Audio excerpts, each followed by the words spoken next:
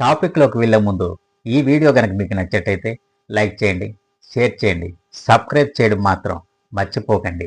మీరిచ్చే సపోర్టే మాకు కొండంత బలం. నా పేరు మోహన్, మీరు చూస్తున్నారు Mohan Dadda motivational Telugu YouTube channel.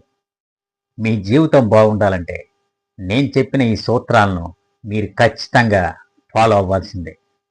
అందులో మొదటిది, మీ ఆలోచనల నుండి మీ మనస్సును కంట్రోల్ చేయాలి. ఇక రెండవది, రోజంతా పనిచేసి అలసిపోయిన మీ శరీరానికి విశ్రాంతినివ్వాలి. ఇక మూడవది, వ్యక్తిగత విషయాలు మాత్రమే పట్టించుకొని అనవసరమైన విషయాల జోలికి వెళ్ళకూడదు. నాలుగవది, మీ విలువైన సమయాన్ని ఇతరుల కోసం వినియోగించకండి. వీలు కాకపోతే సున్నితంగా తిరస్కరించడంలో తప్పు లేదు.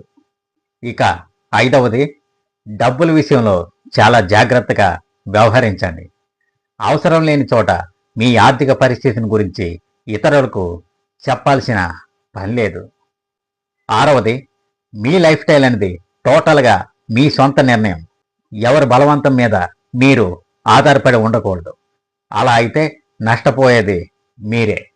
కాబట్టి ఎటువంటి విషయాల్లోనైనా మీ నిర్ణయమే ఆఖరి నిర్ణయం అయి ఉండాలి. ఏడవది, ఎంతటి దగ్గర వారైనా సరే మనల్ని విమర్శించినప్పుడు మనం చాలా బాధపడతాం. కాబట్టి మళ్ళీ మళ్ళీ రిపీట్ చేయొద్దంటూ వాళ్ళకి చెప్పేయండి.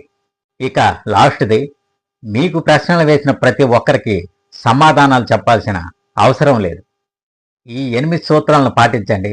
ఖచ్చితంగా మీ జీవితం మారి తీరుతుంది.